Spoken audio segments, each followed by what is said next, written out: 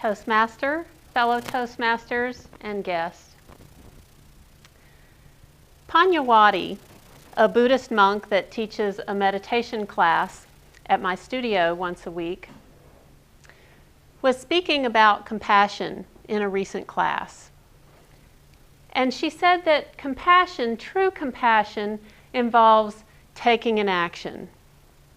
I was speaking with a friend of mine who was in the class afterwards, and she said she didn't know if compassion necessarily required taking action, that she felt she could feel compassion for someone and not necessarily take an action.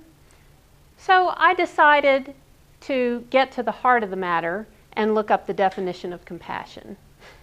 According to Webster's, compassion is defined as a sympathetic consciousness of others' distress combined with an urge to alleviate it.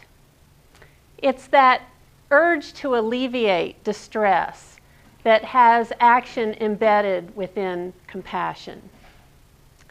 For me, Panyawati is the most inspiring example of action, compassion in action. She inspires me to take action by seeing the way that she uses it in her life.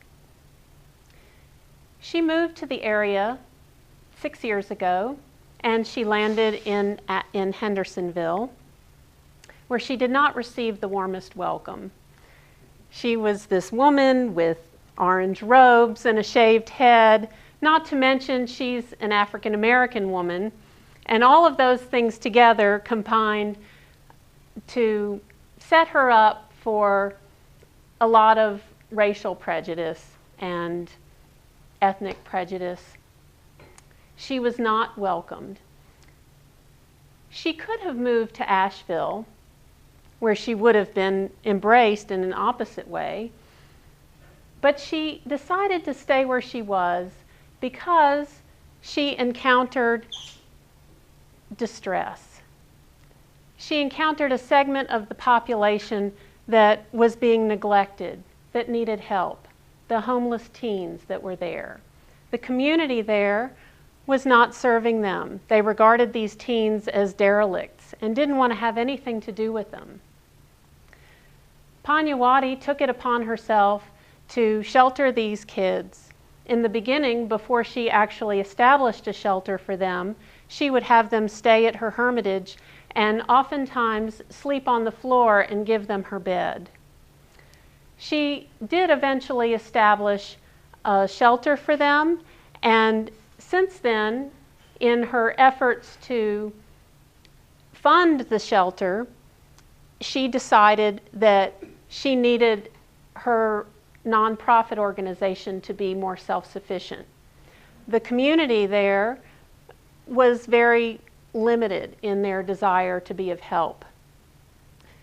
So she came up with the idea of starting a bread factory, a gluten-free bread factory, to employ the teens, to teach them a skill, and to fund the shelters.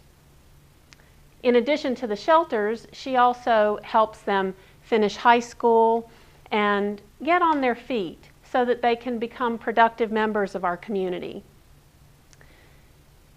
She is now in the process of setting up apartments for these kids so that they can transition from the shelter to these apartments and learn how to be independent adults in the community before they go on and live their lives. Panyawati has also inspired me in taking action to see how we can encounter suffering and do something about it. I was most inspired in this way by her trip last year to India. She went to India, she was invited there by several villages of untouchables because they wanted her to set up a Buddhist temple there. In India, there's the caste system, and the untouchables are at the bottom of the ladder, and they're not even considered human beings in that culture. They're subhuman. And there are approximately 300 million of these people, which amounts to the entire population of the United States. Panyawati was invited to 10 villages to help set up a Buddhist temple, because in Buddhism there is no caste system. There's equality.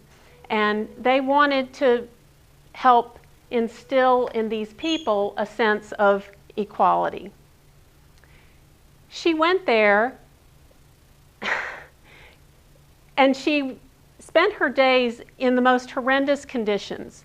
These people don't even have regular water. They live on the wastewater from the cities. And even for the wastewater, they have to walk miles every day just to get the wastewater. So they live with unimaginable disease. Panyawati came home very, very sick. But she came home inspired to build them a well. She found out that a well cost $5,000, so she went to the Rotary Club and said, I need $5,000 to build a well. There's 10 villages. Her goal is to raise $50,000 to have a well for each village. I've been wanting to go to India for many years, but I've been reluctant, one of the reasons being that I'm concerned that my heart isn't strong enough, that I'll be overwhelmed by the suffering there. Panyawati goes, she encounters this many people and sees what she can do for these people, and she takes action to do it. I thought, as part of a call to action with my speech today, would be to not only inspire myself and all of you to take action when encountering suffering, but to actually follow through on it, to see how we can follow through on it in very simple ways. We can give money, we can lend an ear, we can give our time. Thank you.